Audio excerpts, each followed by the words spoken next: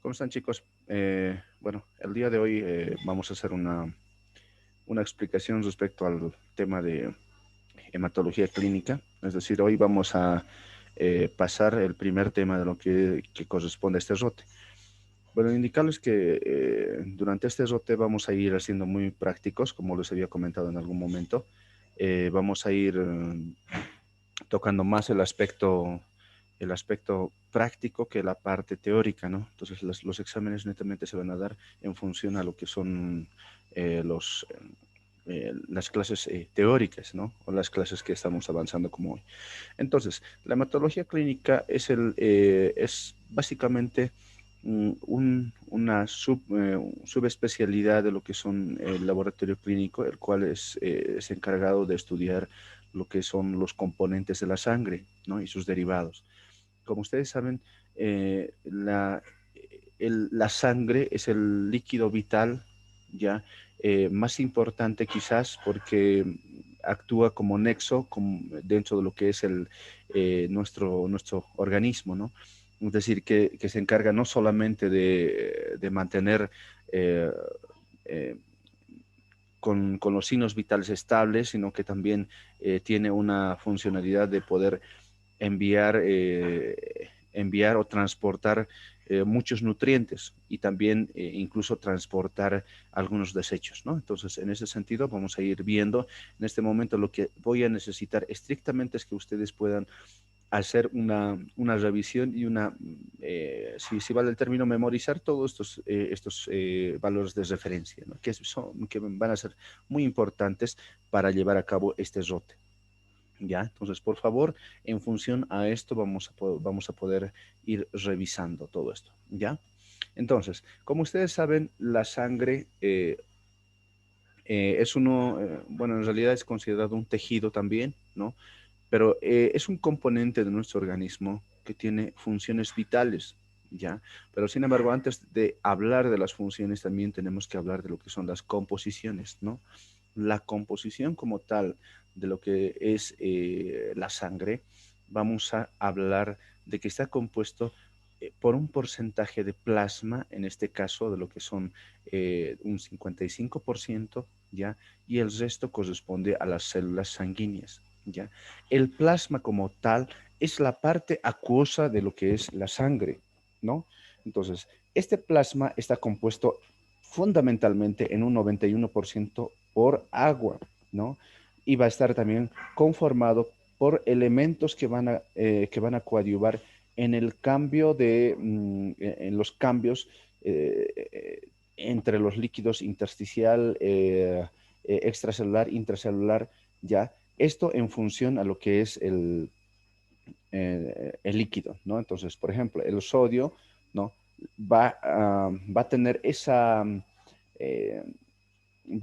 eh, ¿cómo les digo? A ver, eh, esa capacidad de poder interferir en cuanto a lo que es la cantidad de agua en un determinado compartimiento, ¿no? Entonces, los electrolitos, cada uno de estos tiene su propia funcionalidad. El sodio, el potasio, el calcio, ya, cada uno de estos tres electrolitos comparten funciones específicas que más adelante lo vamos a ir explicando, ¿no?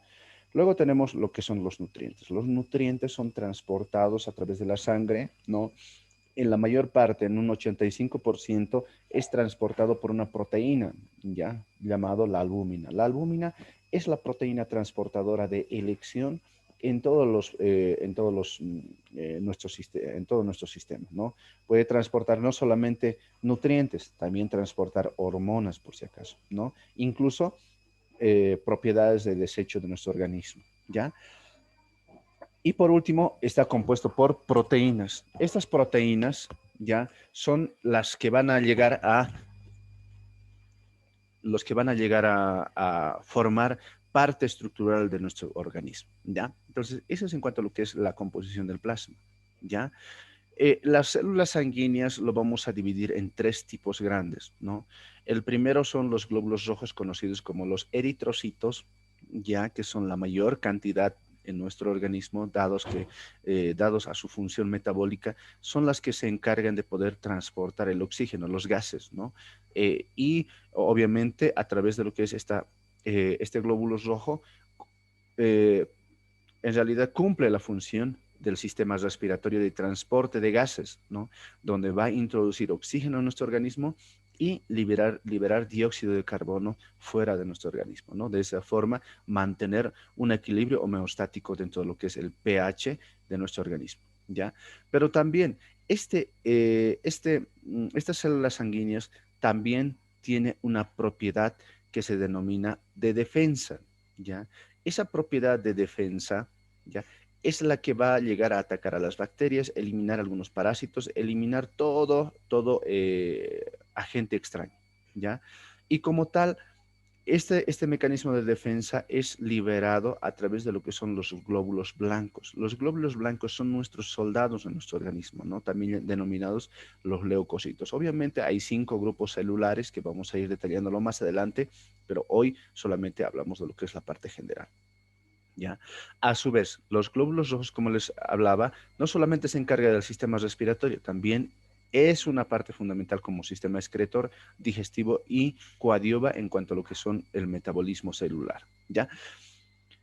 Y las células sanguíneas, las últimas células sanguíneas también tenemos los trombocitos, ya en este caso las plaquetas o trombocitos se encargan de la función de la coagulación, ¿no? Nos permite iniciar el proceso de coagulación, no en sí mantener el proceso de coagulación. Las plaquetas lo único que hacen es iniciar el proceso de coagulación. Es algo muy importante que tenemos que tenerlo en mente. ¿Está bien? Ya. Entonces, eh, en realidad, los glóbulos, las células sanguíneas parten de una propiedad denominada hematopoiesis, ¿no? La hematopoiesis es es una forma a través del cual las células sanguíneas derivan y emergen, ¿ya? De lo que son de las células, emergen a partir de lo que son las células totipotenciales, ya que prácticamente son células que se pueden transformar a cualquier tipo de línea celular, ya. Entonces, en este caso vamos a empezar a hablar de lo que es la primera parte, la eritropoiesis. La eritropoiesis es la línea celular que va a generar a partir de una célula madre, ¿no? De un hemocitoblasto hasta convertirlo a un glóbulo rojo maduro, ya completamente maduro, ya. Entonces, como tal, vamos a ir viendo que eh, para que se inicie el proceso de la eritropoiesis, lo primero que va a necesitar es un estimulante, ya. Ese estimulante va a ser la eritropoyetina, que es una hormona que se secreta a nivel de lo que es el riñón, ya. Y esa hormona es la que se va a activar sobre la médula ósea y la médula ósea va a agarrar lo que son las otras sustancias como ser el ácido fólico, la vitamina B12 el hierro para conformar la hemoglobina y por consecuente todos estos aspectos van a llevar a que inicie el proceso de la eritropoiesis a partir de lo que es el hemocitoblasto, que es una célula madre totipotencial, ¿ya? Aparte de eso, aparte de este componente, ¿ya? Más la médula ósea, empieza el proceso de la eritropoiesis, convirtiéndolo inicialmente en el proeritroblasto, que generalmente va a llegar a ocupar entre el 1 al 4% de la médula ósea, ¿ya? Para posteriormente esto transformarse en eritroblasto basófilo, que es la forma basófila, como si valga la redundancia, ¿ya? Que contiene en su interior ya en realidad múltiples imágenes cromatófilos, ¿ya? Entonces, que asemeja a que este eritroblasto tiene una forma de ribosoma, ¿ya? Y empieza a fabricar inicialmente lo que es la hemoglobina, ¿ya? Para posteriormente el eritroblasto policromatófilo, ¿ya? Empieza su mayor cantidad de concentración de hemoglobina en su interior, ¿no? Y finalmente esto se empieza a desintegrar eliminando, ¿no ven? Perdiendo su núcleo y al perder su núcleo se denomina normoblasto, ¿ya? Y Posteriormente, el normoblasto es la última línea celular que se encuentra dentro de lo que es la médula ósea.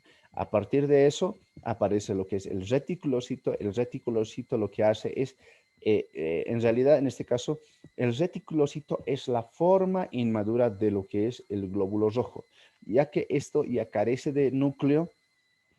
Además, esta ya sale de la médula ósea y se mantiene en los ribosomas por más de unos 24 horas, ¿ya? Este reticulocito, ¿ya? Al salir de la médula ósea, hasta ahí tarde entre 5 a 7 días en madurar. Todo ese proceso, ¿ya? Posteriormente, esto empieza a transformarse en la fase empieza a madurar a lo que es el eritrocito, ¿no? Como ustedes saben, la eritropoiesis o la hematopoiesis inicialmente existe, o sea, cuando nosotros iniciamos nuestra vida desde el momento de la concepción, ¿no? Prácticamente existe un cambio sustancial en cuanto a lo que es la eritropoiesis, ¿no? No siempre desde que hemos nacido la médula ósea ha sido el encargado de lo que es la generación de lo que es los glóbulos rojos, los glóbulos blancos, sino que en sus inicios, básicamente se divide, en sus inicios se ha empezado con la generación de estos elementos sanguíneos a partir de lo que es la fase mesoblástica, el cual inicialmente se da hasta el tercer mes de tercera semana intrauterino, ya se va generando estos elementos formes en el saco vitelino, ya, para posteriormente hasta el séptimo mes, ya, hasta el séptimo mes de vida intrauterino, desde la tercera semana se habla de lo que es la fase hepatoesplénica, es decir, que la sangre se llega a formar en el hígado y en el vaso, ¿no? A partir de la séptima ya empieza a transformarse a la fase mieloide, que se da en la definitiva, que es en la médula ósea, ¿no? Entonces, esas son las fases de generación de lo que son la hematopoiesis, ¿no? Y como ustedes saben, el eritrocito vive aproximadamente 120 días y posteriormente pasa a través de lo que es el sistema retículo endotelial y posteriormente esta se transforma, se desintegra y se recicla para poder volver a generar nuevos elementos rojos, ¿ya? Ahora, la fisiología de los eritrocitos es bien importante para que nosotros podamos entender dónde falla cada uno de estos, ¿no? Como ustedes saben, los eritrocitos tienen una función más de transporte metabólico, más de transporte de gases, ¿no? Entonces, a diferencia de los glóbulos blancos, son más unidades o células sanguíneas de defensa. Entonces, por lo tanto, vamos a ir separando esas dos cosas, ¿no? Entonces, los eritrocitos, como ustedes saben, se inician su proceso de generación a partir de lo que es en la médula ósea. En la médula ósea, aproximadamente 5 a 6 días, incluso hasta 10 días, llega a formarse un eritrocito. Esto por acción directa de lo que es esta hormona, que es la hormona, la eritropoyetina, que generalmente se va creando en lo que es en los riñones, ¿no? Los riñones son el punto de partida para generar los glóbulos rojos, por si acaso, ¿ya? Entonces, como tal, vamos a ir hablando de que estos eritrocitos ya van generándose nuevamente, ya van generando nuevamente sus formas,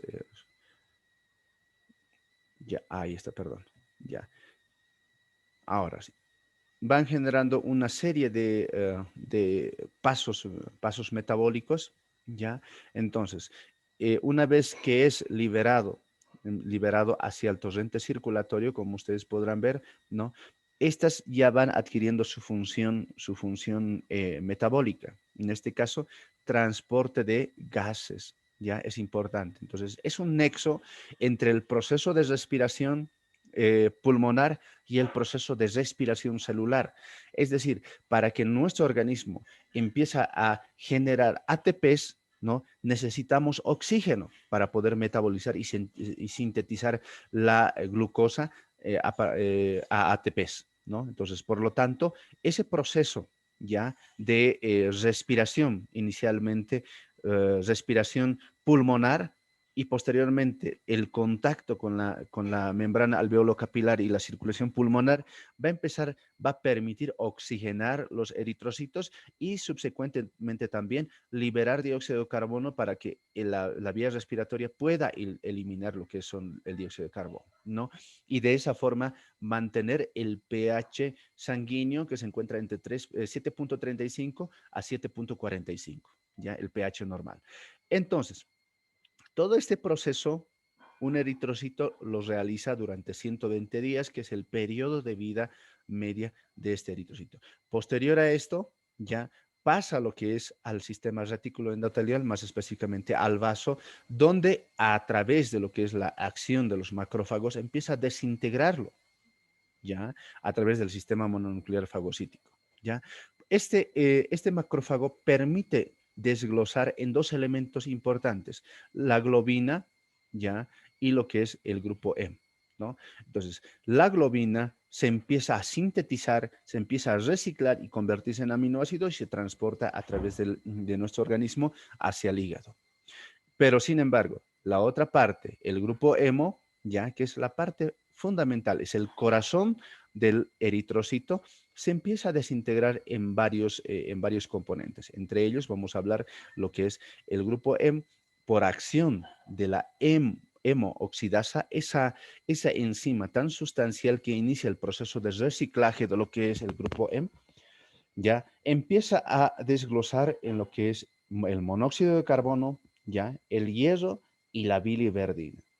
El monóxido de carbono se va uniendo con otras moléculas de monóxido de carbono, conformando lo que es el dióxido de carbono y de esa forma empezar a eliminar a través de la vía sanguínea y la vía respiratoria, eliminarlo, ¿ya?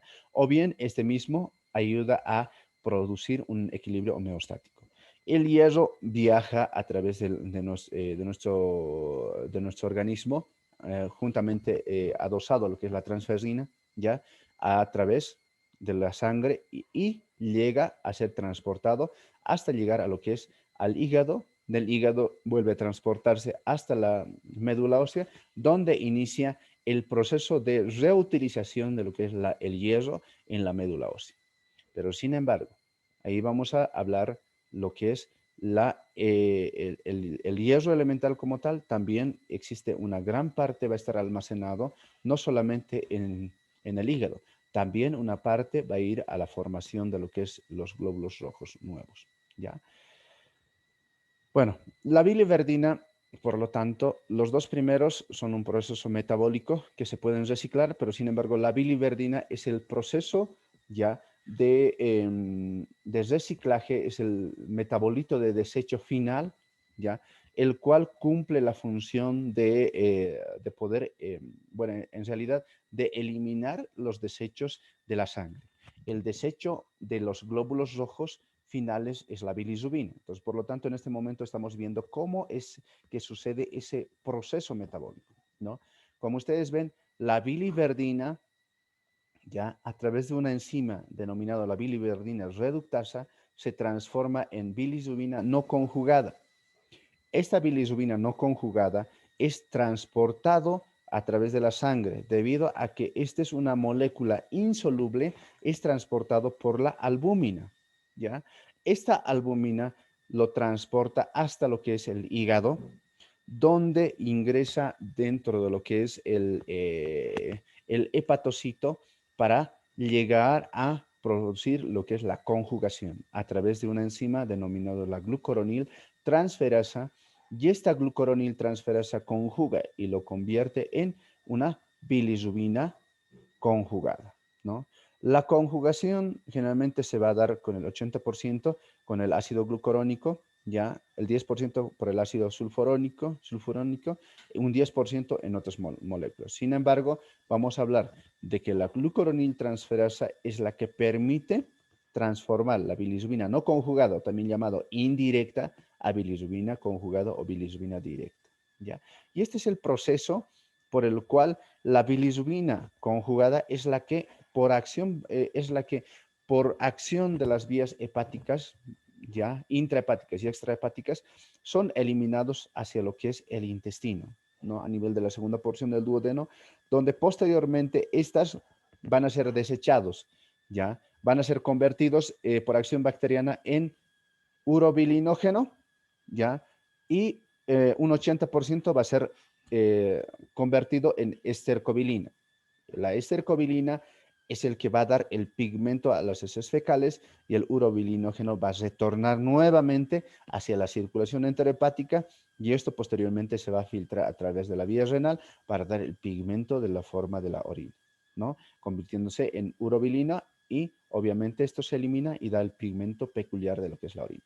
Y fíjense, como ustedes podrán ver, el producto de desecho del grupo M se elimina tanto a través de lo que es las heces fecales en su forma de estercobilina y a través de lo que es la orina en su forma de urobilina, ¿ya? Todos esos procesos, ese es el proceso metabólico, ¿ya? De lo que es el glóbulo rojo, ¿ya? Como ustedes verán, la serie roja, por lo tanto, tiene acciones peculiares. Primero, los glóbulos rojos también son llamados eritrocitos, ya. Su función y más importante es la de transportar el oxígeno desde los pulmones hacia los diferentes tejidos del organismo, es decir, coadyuvar en la respiración celular. ¿Ya? Lo normal es hablar de los glóbulos rojos entre 5 millones a 5.5 millones, sea hombre o mujer, ¿no? Pero sin embargo, vamos a ir hablando de que en este caso lo que menos nos interesa es en realidad la cantidad absoluta de lo que son los glóbulos rojos. Por favor, lo que menos necesito personalmente es que ustedes se memoricen la cantidad, ¿ya? Pero lo que sí voy a necesitar que ustedes se recuerden exactamente es el hematocrito y la hemoglobina. ¿Qué es el hematocrito? El hematocrito es el porcentaje del volumen total de la sangre compuesta por glóbulos rojos, ¿no? Entonces, cuando yo hago una centrifugación, ustedes ya han llevado en fisiología, al centrifugar, en la parte superior se queda lo que es el plasma y en la parte inferior se queda sedimentado lo que es los eritrocitos, los elementos, las células sanguíneas. Entonces, del 45 al 56% es considerado normal la concentración de hematocrito, ¿ya? Entonces, ese es el porcentaje del volumen total, ¿ya? La hemoglobina en realidad es la proteína encargada de llevar oxígeno, ¿ya? Y de dar el color rojo característico a la sangre, ¿ya? Entonces, la hemoglobina también se puede llegar a medir, ¿no? Entonces, la hemoglobina normalmente se encuentra entre 15 a 18. Ese es el valor normal, independientemente sea mujer, sea varón, ¿ya? 15 a 18, no se olviden. Esta hemoglobina es la hemoglobina y el hematocrito son los únicos valores que vamos a ir manejando dentro de lo que es eh, la práctica clínica, ¿no ve? Entonces, por ejemplo, el médico o al paciente no le vas a responder, usted tiene, a ver, por ejemplo, si el valor normal de la mujer es 5.500.000 glóbulos rojos, no le van a decir son 5.500.000 glóbulos rojos, ¿no? Entonces, usted tiene eritrocitos y eso es algo muy, no muy formal, ¿no? Entonces, en realidad, cuando ustedes explican, es importante decir que su hemoglobina se encuentra entre 15 y 18, pero usted tiene 19, es una pequeña tendencia hacia lo que es la eritrocitosis. Ahí tienen un margen de error mucho menor. ¿Ya? Entonces, por lo tanto, es mucho mejor utilizar la hemoglobina para poder determinar cuadros de alteraciones. Por encima de 18 hablamos de eritrocitosis, por debajo de 15 hablamos de cuadros o estados anémicos. ¿Ya? La relación entre hemoglobina y hematocrito siempre debe ser de 3 a 1. Lo que quiero decir es que la hemoglobina, si es 15, en este caso, multipliquen por 3. ¿Cuánto nos da? 45. ¿Ya? Si nos diera 10, multipliquen por 3, ¿cuánto nos da? Nos va a dar 30, ¿no? Es decir, 45 dividan entre 3, ¿cuánto nos da? 15, ¿no? Entonces, siempre debe existir esa relación de 3 a 1, ¿no? Entonces, cuando existe una diferencia sustancial, digamos, de más de 2 puntos, ya estamos hablando de que ese procedimiento, ese proceso del laboratorial no ha sido dentro de lo que, de lo que es correcto, ¿ya?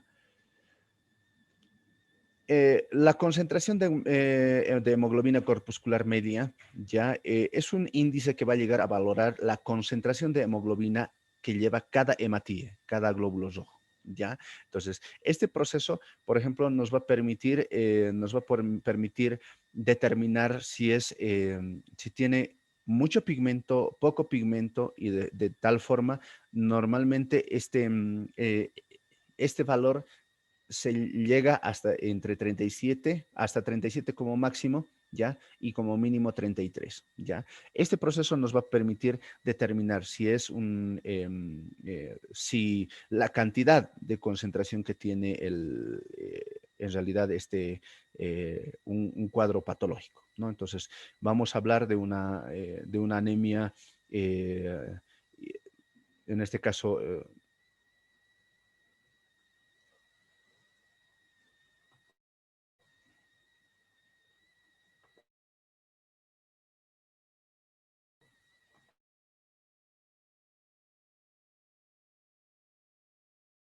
bueno, como les hablaba, ya. Entonces, la concentración de hemoglobina corpuscular media ya valora la concentración de cada hemoglobina, ya, la concentración de hemoglobina de cada glóbulo rojo, perdón, ¿no? A diferencia, el volumen corpuscular medio, ya, refleja el tamaño real de lo que es los hematíes, ¿ya? En este caso, normalmente el valor normal es de entre 86 a 98 micrómetros, ¿ya? Entonces, cuando ustedes observan un glóbulo rojo de gran tamaño, ya es decir, que el glóbulos rojos son grandes, esto se va a deber a patologías como ser déficit de vitamina B12 o ácido fólico, patologías hepáticas como la cirrosis, ya el alto elevado de consumo de alcohol, van a ser estos los parámetros. Pero sin embargo, cuando son pequeños, ya cuando son muy pequeñitos, ya puede ser a patologías como ser la talasemia, puede ser como incluso por déficit de hierro. Entonces, en este caso, un volumen corpuscular medio nos va a permitir catalogar, ¿ya? En un eritrocito, ¿ya? En un cuadro patológico microcítica o macrocítica, ¿no? Es decir, que es pequeño o es grande, ¿ya? Bueno, la hemoglobina corpuscular media es otra medida que habitualmente se va utilizando, pero que generalmente no lo vamos a tocar. Fundamentalmente, este parámetro indica la cantidad de hemoglobina que hay en cada glóbulo rojo. En ciertos modos, generalmente, eh, esta es la característica que le da el tono rojo a cada hematía. Entonces, normalmente se encuentra en los valores entre 27 a 32 picogramos, ya. Entonces, en este caso vamos a hablar alteraciones. Cuando la hemoglobina corpuscular media está aumentada, vamos a hablar de cuadros de déficit de vitamina B12, ya, déficit de ácido fólico. Como ustedes saben, dentro de lo que es la anemia, microcítica de lo que es eh, ferropénica, ¿no? Hipocrómica, ¿no? De lo que es en la difilobotriasis, ¿no? Generalmente se va a dar por un déficit de vitamina B12, ¿no? Entonces, en este caso, la hemoglobina corpuscular media está aumentado por si acaso, ¿no? Es decir, que son muy grandes, bastante concentrados, ¿ya? A diferencia, cuando está disminuido, puede ser debido a talasemia o alteraciones de déficit de hierro, ¿ya? Ahí está. Ahora, anemias, hablemos de anemias. Anemia se habla cuando se encuentra valores menores a 14, tomando en cuenta que 15 hasta 18 es el valor normal, ¿ya?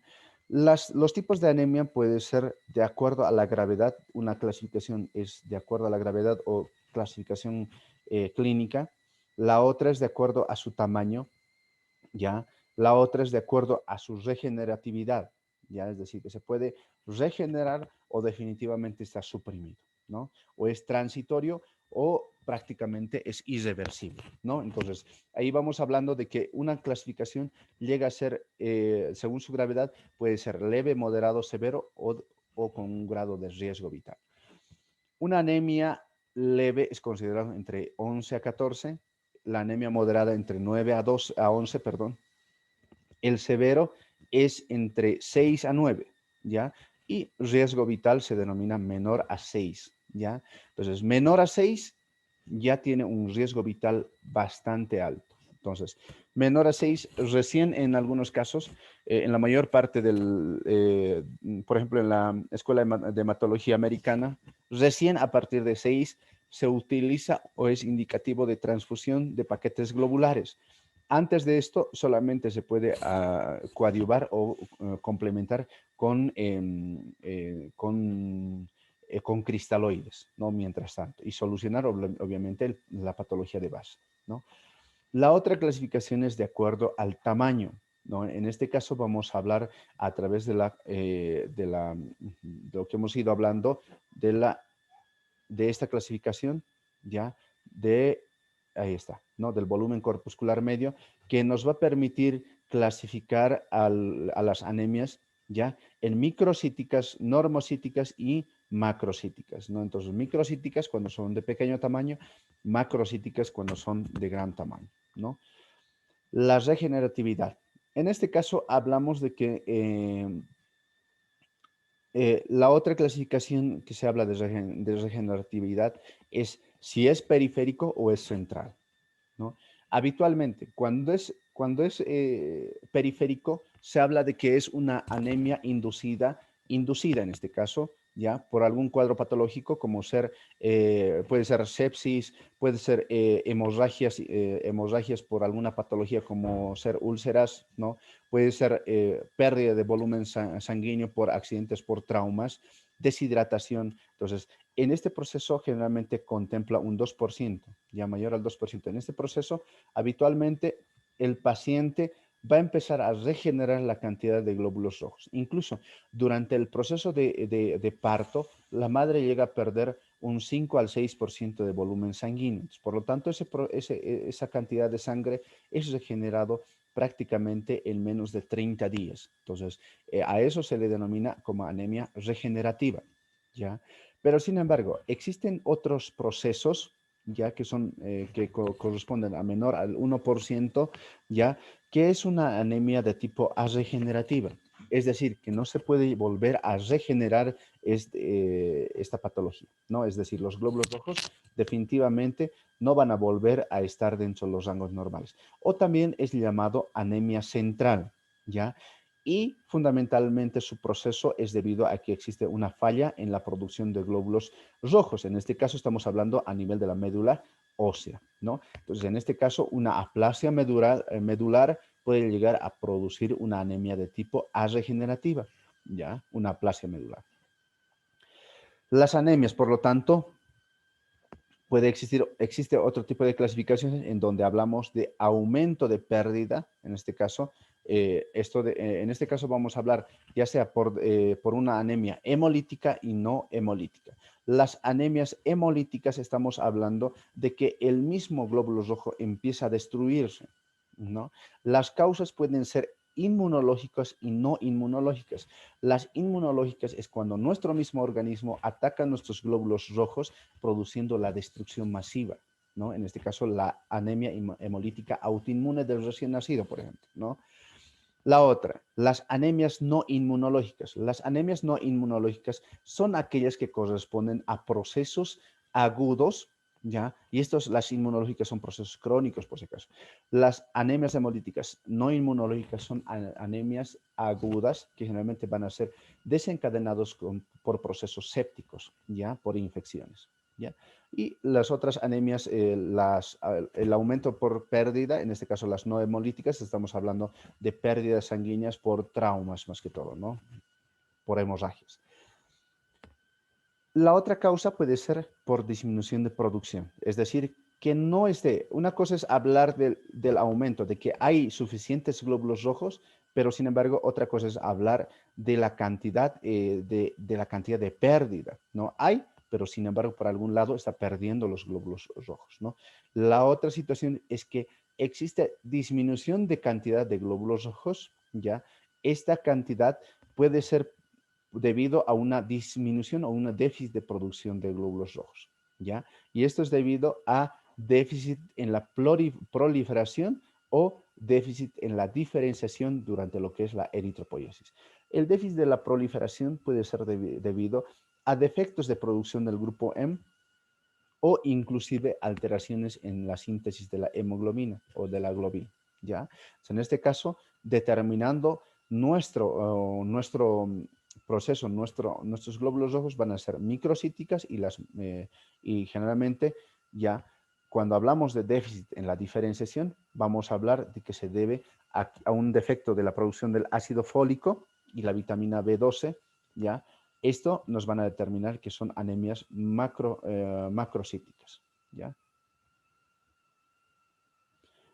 Las mieloptisis, las enfermedades asociadas a enfermedades crónicas, como ser la insuficiencia renal crónica, por ejemplo, ya en la insuficiencia renal crónica básicamente existe disminución en la producción de la eritropoyetina y esa eritropoyetina es incapaz, la cantidad de eritropoyetina enviada es incapaz de estimular la médula ósea y producir una anemia de tipo central, por si acaso, en las anemias crónicas, fundamentalmente en la anemia por insuficiencia renal, ¿no? Entonces ahí, como podrán ver, las inmunológicas son todas estas, el síndrome de Evans, LES, incompatibilidades sanguíneas, que son de causas inmunológicas porque nuestro mismo organismo lo ataca.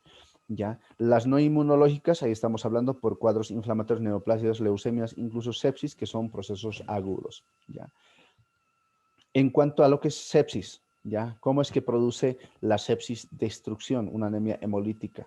Ya en este caso, ya generalmente los cuadros de sepsis ya liberan una gran cantidad de polisacáridos, lipopolisacáridos, y estas van a llegar a reclutar lo que son los macrófagos, ya. Los macrófagos van a liberar la interleucina 6, ya. Es el que va, básicamente la interleucina 6 va a empezar a disminuir la concentración de absorción de hierro en el hígado y por lo tanto esa disminución de absorción de hierro va a producir disminución de almacén y esa disminución de almacén va a llegar a producir disminución en la cantidad de generación del grupo M, ¿no? La interleucina 1 también va a ser liberado por acción en cuadros sépticos, ¿ya? El cual va a disminuir el proceso de la eritropoiesis. El factor de necrosis tumoral alfa y el interferón gamma, y ya más la interleucina 1, los tres unidos van a disminuir la producción renal de la eritropoyetina. Y como podrán ver, ya en un cuadro séptico por acción, por liberación de los lipopolisacáridos y por acción macrofágica, van a empezar a liberar estas sustancias promoviendo lo que es la inhibición, ya primero no solamente la destrucción de los glóbulos rojos, sino también la inhibición de la generación de glóbulos rojos nuevos, ¿ya? Y las anemias hemolíticas hablamos de lo que son las hemorrágicas, como ahora han visto, ¿no? Las eritrocitosis. Ahora, las eritrocitosis son de causa primaria, secundaria y también se pueden denominar relativas. Existen esas tres clasificaciones. No todo es patológico, por si acaso. Las eritrocitosis primarias, ¿ya? En este caso, vamos a ir hablando de que son debido a procesos inmunológicos propios de nuestro organismo. O sea, es decir, que ya tenemos ese componente de información. En este caso, una de las causas es la policitemia vera, la proliferación monoclonal de células madres, ya. Puede ser, estas pueden llegar a ser causadas por una mutación en el gen de la tirosinasa o quinasa, el cual va a producir una disminución o una secreción anormal, ¿ya? O una anormal y a su vez disminuida de lo que es la eritropoyetina. Por lo tanto, esta eritropoyetina va a ser incapaz de estimular la médula ósea e incapaz directamente solamente por sí solo, incapaz de producir estímulo. Entonces, por lo tanto, van a actuar otros mecanismos que van a sobreestimular la médula ósea, produciendo aumento en la producción de lo que es los glóbulos rojos y, por lo tanto, producir lo que es la eritrocitosis, ¿no? En este caso, la otra causa es la eritrocitosis primaria, pero de origen de la altura. Nosotros que vivimos en la altura, debido a que tenemos mayor concentración de oxígeno en la altura, ya nuestro organismo lo reconoce como, como un insuficiente aporte de gases, ¿no? Hacia los tejidos. Por lo tanto, recluta mayor cantidad de glóbulos rojos para sustituir esa deficiencia y, por lo tanto, normalmente, en condiciones normales, los pacientes o las personas que vivimos en altitudes mayores a 3.000 metros sobre el nivel del mar, vamos a tener esta condición, ¿ya? Las otras anemias y la más frecuente es la secundaria. La anemia secundaria, perdón, la eritrocitosis secundaria es una condición patológica que generalmente en un 80% es debido a hipoxia, ¿no? Esa hipoxia va a ser debido a condiciones como enfermedades pulmonares obstructivas crónicas, tales como pacientes con asma, pacientes con defectos del septo nasal, ¿ya? Pacientes con bronquitis crónica, que es una condición patológica crónica donde inicialmente el paciente se induce esta enfermedad debido a un tabaquismo, ¿no? Otras patologías como ser el apnea del sueño, ya el tabaquismo como tal, que son enfermedades que van a producir una hipoxia, ya tisular. Esa hipoxia tisular va a estimular hacia lo que es los riñones, a nivel de los riñones, va a estimular la sobreproducción de la eritropoyetina, produciendo una elevación de la cantidad de esta hormona, y esta hormona va a estimular a la médula ósea para empezar a producir mayor cantidad de glóbulos rojos, produciendo lo que es la eritrocitosis secundaria, ¿ya? Por si acaso. La eritrocitosis relativa es una condición patológica donde generalmente, en otras palabras, es conocido como hemoconcentración, ¿ya? Esto puede deberse a uso excesivo de diuréticos, ¿ya? Otro, cuadros de diarrea, los cuales le van a llevar a un proceso de deshidratación, ¿ya? Cuadros de vómitos, igual deshidratación, y pacientes en grandes quemados llegan a producir una excesiva eliminación o pérdida de líquido extracelular, produciendo ya de que exista un proceso de hemoconcentración. Es decir, si ustedes le hacen un examen de hemograma y le encuentran al paciente con 19 o 20 de hemoglobina, ya, pero que tiene estos antecedentes, uso de diuréticos, diarrea, vómitos o quemados, no se animan a decir que es una eritrocitosis secundaria, sino generalmente eso es debido a una eritrocitosis relativa, que es transitoria debido al cuadro patológico que estamos viendo. Entonces, en este caso, lo único que tenemos que hacer es corregir, ¿ya? En este caso, si por los diuréticos ha eliminado mucho líquido, ¿ya? Por la diarrea, por los vómitos, por los quemados, igual pierde mucho líquido, el tratamiento fundamental es,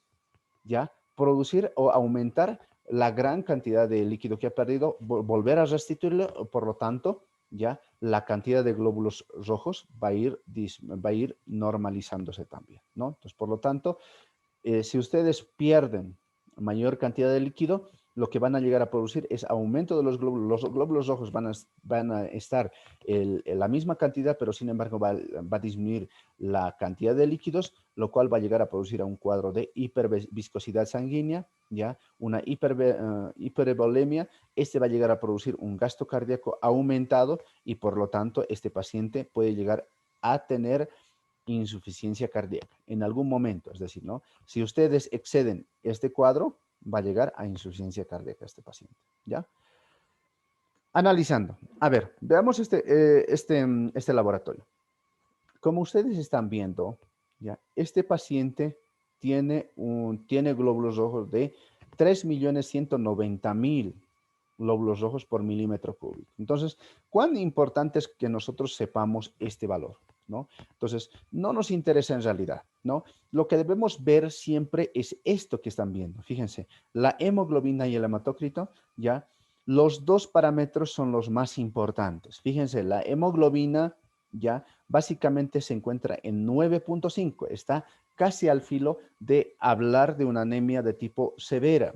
Cuando hemos dicho de 9 a 11, de 11 a 14, anemia leve. De 9 a 11 estamos hablando anemia moderada. Menor a 9 hablamos anemia severa. En este caso estamos en una, casi en el umbral. Entonces estamos con una anemia moderada. Entonces este paciente también tenemos que observar otros componentes que vamos a ir analizando la próxima clase en cuanto a lo que son los glóbulos blancos. En este caso, este paciente tiene glóbulos blancos de 11.000, ¿ya? Entonces, los glóbulos blancos nos indican un proceso inflamatorio o un proceso infeccioso, ¿no? Entonces, si nosotros estuviéramos hablando de un proceso infeccioso, fíjense, vamos a ir recordando este otro parámetro, ¿ya? De que este proceso patológico puede deberse a un proceso, ¿ya? De hemólisis no inmunológica por sepsis. Fíjense ahí, anemia de tipo hemolítica no inmunológica producida por sepsis, ¿no? ¿Y qué nos dice? En un proceso séptico existe aumento de los lipopolisacáridos liberando estas sustancias, los cuales van a disminuir la concentración y absorción de hierro a nivel del hígado, disminuir la eritropoiesis, disminuir la producción de eritropoyetina. Por lo tanto, este paciente llega a ser un cuadro de sepsis, ya anemia secundaria a un cuadro séptico, ¿ya? Entonces, esto ya la próxima semana vamos a empezar a leer. Lo que me interesa es que ustedes no solamente me digan, por ejemplo, en este caso, su hemoglobina está bajo, ¿no? Su glóbulos blancos está alto, ¿no? Lo que quiero que concluyan es que me digan, por ejemplo, su hemoglobina, bueno, de acuerdo a la hemoglobina, es un paciente con anemia moderada, listo, acompañado de una leucocitosis, ¿ya? Con neutrofilia absoluta, es decir, ¿no? Entonces, quiero que hagan un diagnóstico mucho más minucioso. En este caso, fíjense, vamos a ir revisando un poquito más. 9.5 de hemoglobina, ¿ya? El paciente tiene 6.8 de creatinina. Entonces, normalmente la creatinina es máxima hasta 1.3. Este paciente, por lo tanto, tiene una insuficiencia renal. Ahora, yo digo, ¿es una insuficiencia renal aguda o crónica? En este caso, para que llegue a producir un cuadro de anemia, sí o sí tiene que ser un proceso de anemia crónica, ¿no? Es decir, una insuficiencia renal crónica debido a que en la insuficiencia renal crónica disminuye la producción de eritropoyetina y esa disminución de la eritropoyetina obviamente va a llegar a producir disminución de generar nuevos elementos rojos, como en este caso los glóbulos rojos, produciendo una anemia también crónica, por si acaso, ¿ya? Una anemia moderada en este caso, ¿no? Listo, chicos. Esto es un recordatorio que más adelante les voy a ir explicando. Esto no nos interesa todavía. Eso es todo, chicos. Por favor, cualquier duda o pregunta, por favor, háganla por vía WhatsApp. Les voy a ir respondiendo de manera paulatina a cada uno. Listo, que tengan buen resto de jornada.